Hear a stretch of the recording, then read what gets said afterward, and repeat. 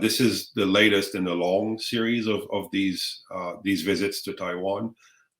Certainly, given the current context with the crisis in Ukraine and apprehensions that perhaps Beijing would seek to exploit the situation, this is a kind of visit to Taiwan that sends a signal of reassurance that is noted by the people here, but also will be noted by the government in Beijing. It's important to do that. That follows upon the transit in the Taiwan Strait by a U.S. Navy vessel at the weekend as well. Demonstrates that while the United States is heavily involved in the crisis over Russia's invasion of Ukraine, it also is not distracted from its commitments in other parts of the world, and certainly here in East Asia. And how significant is the choice of delegates? This is a bipartisan delegation.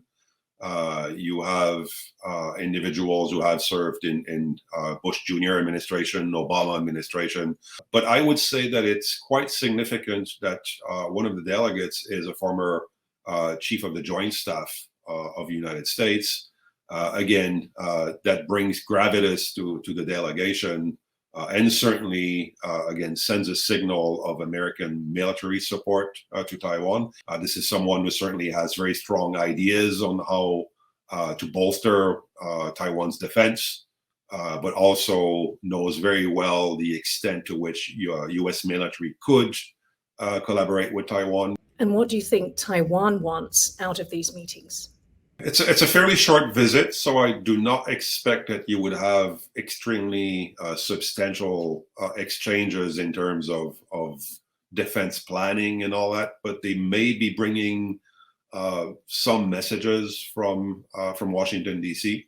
But certainly Taiwan would want, I expect, further support, signals of support by the Americans, and just to work more closely with United States and other like-minded allies, again, in augmenting deterrence in the Taiwan Strait, if only to reduce the likelihood that we would see the unthinkable become the thinkable in the Taiwan Strait, just as what has happened over Ukraine.